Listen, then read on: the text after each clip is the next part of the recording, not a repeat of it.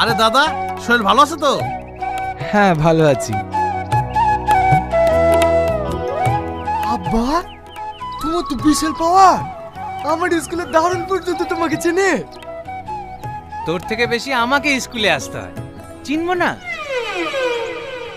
আব্বার কথা।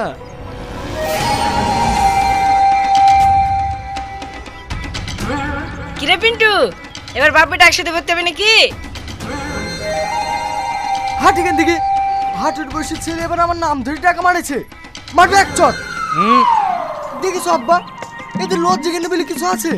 তোর আছে, এক ক্লাসে পড়িস, ক্লাস ফেল, নাম ধরে ডাকবে না? দেখো আব্বা, এবার আমি কলেজে যাবই। তাই? তাহলে দেখবি এই ভোটে আমিও মুখ্যমন্ত্রী হয়ে যাব।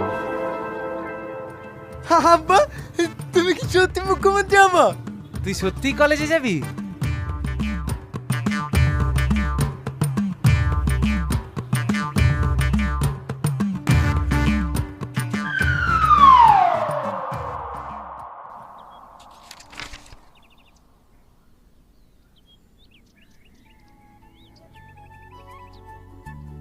আসুন, আপনার জন্য অপেক্ষা করছিলাম।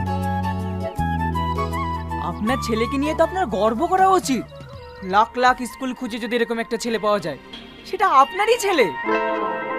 মাস্টার মশাই, আমার ছেলেকে প্রশংসা করছেন না অপমান করছেন?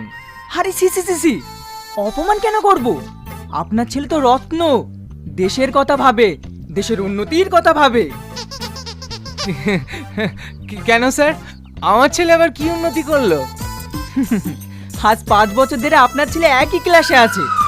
প্রতি বছর খাতায় ভুলভাল কিছু একটা লেখে, এবার তো কিচ্ছু লিখিনি। ওই পরিষ্কার খাতাটা নিয়ে অন্য একটা স্টুডেন্টকে দিতে পেরেছি। এটা দেশের উন্নতি না তো কি? এই মাস্টার কি বলছে? খাতায় লিখিসনি কেন? পেন ছিল নাকি?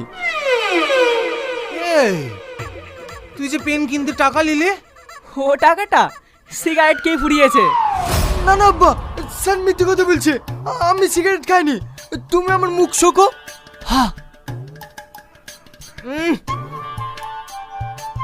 সকালবেলায় দাঁতটাও মাজিসনি নাকি? এই, আমি মিথ্যা কথা বলছি? জানেন সেদিন আপনার ছেলে কি করেছিল?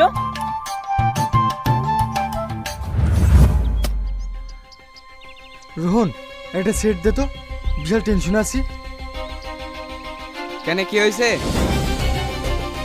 ওই প্রধান মেয়েকে প্রপোজ করেছি, ও আমাকে সবার সামনে চটি দিয়ে মেরেছে। এ আবার নতুন কি? তুই তো প্রতিদিনই মার খাস।